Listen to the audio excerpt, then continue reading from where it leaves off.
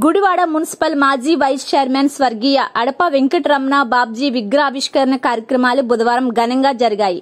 Gudivada ఏజీకే school సెంటర్లో స్వర్గీయ వంగవీటి మోహన్ రంగ విగ్రహం ప్రక్కన బాబ్జీ సేన మరియు అభిమానుల ఆధ్వర్యంలో ఏర్పాటు చేసిన విగ్రహాన్ని బాబ్జీ కుమార్తె శ్రావణి ఎమ్మెల్యే కొడాలి నాని ఆవిష్కరించి జోహార్ అడప బాబ్జీ అంటూ నినాదాలు చేశారు.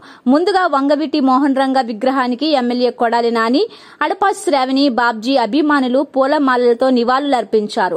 ఈ సందర్భంగా అభిమానులను ఉద్దేశించి ఎమ్మెల్యే కొడాలి నాని మాట్లాడారు. చిన్న వయసులోనే మనకు దూరమైన బాబ్జీ విగ్రహాన్ని ఆవిష్కరించుకోవాల్సి రావడం బాధాకరమని ఆయన ఆవేదన వ్యక్తం చేశారు. తన శక్తికి మించి పేదలకు సేవలు అందించే బాధ్యత లేని లోటు నిర్భాగ్యులకు కూడా తీరని లోటు అన్నారు. 2019 ఎన్నికల్లో తన గెలుపు కోసం మండుటెండలో 60 రోజులుగా నిరంతరం ప్రచారం చేసిన బాబ్జీ తన ముఖ వచ్చస్సును కూడా కోల్పోయారని ఎమ్మెల్యే నాని అన్నారు.